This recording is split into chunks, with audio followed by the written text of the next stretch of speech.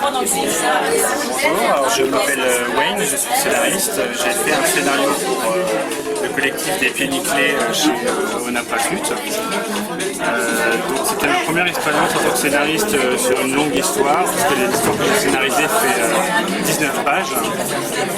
Le dessinateur s'appelle Wozit. C'était très intéressant cette expérience de scénario avec lui. C'est la première fois que je faisais quelque chose d'aussi dense au niveau de l'écriture, parce que j'ai recommencé le scénario 2 fois. C'était vraiment une très bonne expérience, car l'équipe rédactionnelle était très exigeante, très pointilleuse sur le projet, c'était vraiment très professionnel. Et, donc j'avais fait une première bouture qui ne fonctionnait pas vraiment. Donc je suis reparti complètement de zéro pour faire une deuxième bouture, même s'il y avait une trame générale que j'ai reprise pour la deuxième bouture.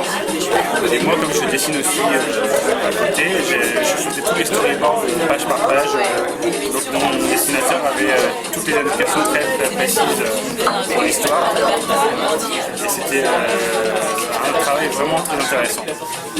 Après, ça s'est très bien passé avec lui parce qu'on a un univers assez proche. Ça a été une collaboration très efficace. Je suis très satisfait des planches qu'il a réalisées qui correspondent à ce que j'avais en tête pour l'histoire. Concernant les Pieds Nickelés en général, je trouve que c'est une bonne idée de faire ce collectif parce que ça permet de perpétuer un patrimoine qui est quand même assez ancien, mais de lui apporter un sang neuf à travers des thèmes modernes.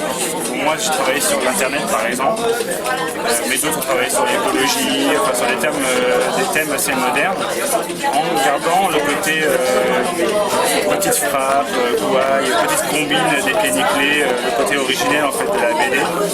Et ça, je trouve ça intéressant, ça permet, je pense, de rallier à la fois les fans originels des Pieds Nickelés, et en même temps sûrement de dépoussiérer la BD, l'amener vers un nouveau public en fait. Voilà.